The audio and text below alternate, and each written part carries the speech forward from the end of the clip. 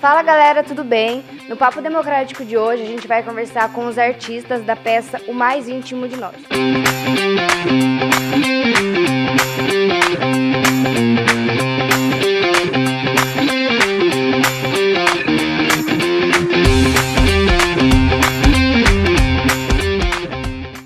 A gente está aqui com o Guilherme Veneral e o Leonardo Fabiano e eles estão fazendo a peça O Mais Íntimo de Nós, aqui na cidade de Maringá. E para iniciar, eu queria que vocês contassem um pouquinho como que começou a peça e, sem dar um spoiler, falassem um pouquinho o que é. Bom, a peça começou de fato há uns 2 anos atrás, mais ou menos, quando a gente escreveu o projeto. E a gente inscreveu esse projeto no Prêmio de Incentivo à Cultura daqui da cidade, Aniceto Matti. E ficou um tempo, né, inscrito, a gente passou na primeira fase, demorou um tempo para sair o resultado da segunda. E desde o início a gente tinha a ideia de escrever esse projeto que falasse de uma relação homoafetiva. E depois de um tempo, durante a escrita do projeto, a gente sentiu a necessidade de que houvesse algum tipo de inclusão dentro desse projeto, que é algo que já vinha sendo fomentado na cidade e a gente queria continuar com isso. E aí foi onde a gente teve a ideia de acrescentar Libras. E aí a gente escolheu falar sobre a nossa relação enquanto um casal homoafetivo. A dramaturga, que é a Carol Santana, ela fez algumas entrevistas com a gente mandou materiais para ela, fotos, cartas, do período que a gente teve junto. E aí ela foi construindo a dramaturgia, tanto baseado na nossa história, quanto em histórias que poderiam ser de qualquer outro casal, que era o nosso objetivo desde o início, era retratar um casal homoafetivo sem necessariamente precisar taxar, é um casal homoafetivo. Não, é um casal, ponto final. A gente não queria retratar alguma parte muito extrema, né, dentro desse relacionamento, porque geralmente um casal homoafetivo é retratado dessa forma. E falar sobre o íntimo dentro de uma relação que é real entre todos os casais, diferente da classificação que ele esteja. Eu também queria falar agora a respeito da inclusão que vocês fizeram, né, com a linguagem em sinais. E assim, foi uma coisa que na peça a gente vai com uma intenção, assim, eu nunca tinha assistido nenhuma peça de teatro que tivesse apresentação em Libras, né? E o que me chocou muito foi assim, como eu não pensava nisso, né? Porque assim, a gente não pensa nessa acessibilidade, como as pessoas elas são inseridas na cultura, né? Como elas fazem para assistir. E eu queria saber o que motivou vocês a colocarem, né, a linguagem em Libras na peça. Quando a gente estava escrevendo o projeto ele foi muito baseado em uma peça que veio para Maringá, trazida pela Rachel, Entre Nós, que também falava da história de um casal homoafetivo de uma forma muito natural. E nesse mesmo período estava começando em Maringá, a Rachel também, através da Só em Cena e algumas outras mostras que ela organiza, a trazer peças com tradução em Libras, interpretação em Libras. E aí a gente começou a ver uma possibilidade aí, porque a gente sabe que mesmo tendo a interpretação em Libras numa peça, não significa necessariamente que a experiência é a mesma de quem é ouvinte. Porque são muitos fatores, né? Primeiro que a intérprete fica no canto, tem uma luz nela e tudo mais. E a gente ficou conversando com elas como que a gente podia aproximar o máximo possível a experiência de um ouvinte para um surdo. Que é incluir as intérpretes em alguns momentos na peça, a gente sinalizar em alguns outros momentos, sem criar necessariamente essa barreira entre o que é a interpretação em Libras e o que é a peça. Então não existe isso, é uma coisa só. E eu acho que a gente, em alguma porcentagem, a gente conseguiu isso. Então, estou bem feliz com isso. Nós, escrevendo o projeto, a gente se tocou a partir dessa peça, de Tudo Quanto é Gente, na necessidade de inclusão.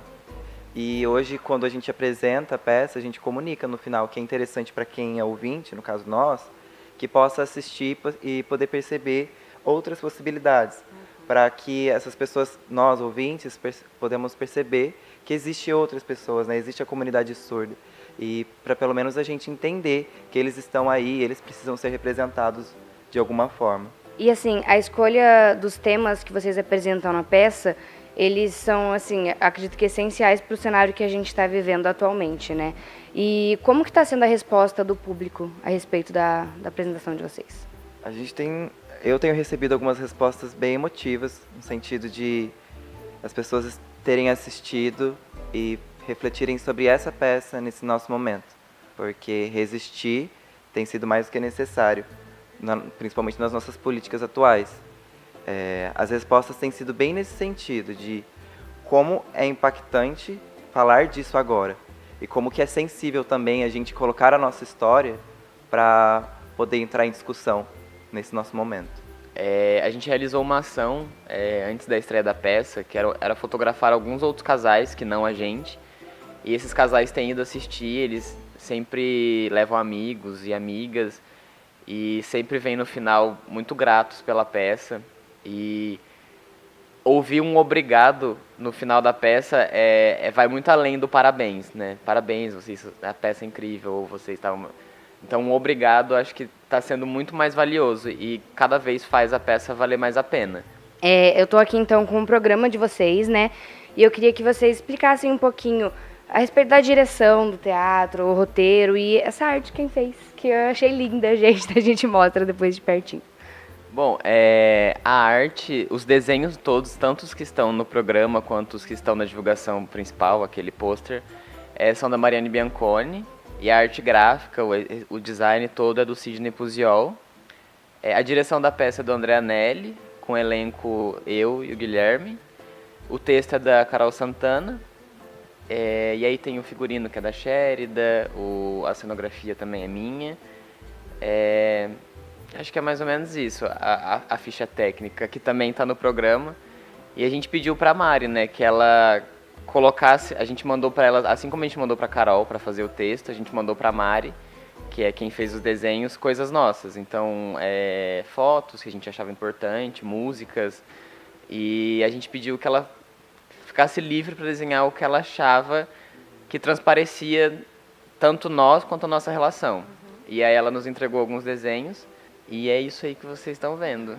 Legal, gente. E eu queria, então, para finalizar, que vocês convidassem, né, o nosso público para assistir vocês. Vocês já fizeram 3 apresentações e agora tem mais 3. Então fica o convite aí. A gente ainda tem mais 3 apresentações, 2 delas no Teatro Barracão, dia 6 e 7, terça e quarta. E aí a gente dá uma pausa e volta para a última apresentação no dia 23, de novo no Teatro Reviver. Sempre às 8h30, com distribuição de ingresso meia hora antes. E entrada franca e classificação livre. E 6 e 7 tem interpretação de Libras, são as 2 últimas apresentações com interpretação, e dia 23 sem. A gente, sempre no final do espetáculo, também na divulgação, a gente convida as pessoas para assistirem as 2 versões, com e sem Libras, para quem é ouvinte, no caso. Primeiro, para quem é ouvinte, poder ter essa experiência de... Não sei se chega a se colocar no lugar do outro, mas conseguir visualizar como é mais ou menos a experiência para uma pessoa surda. É importante que quem conheça alguém da comunidade surda convide, quem seja ouvinte também vá, e que a gente possa resistir com essa peça.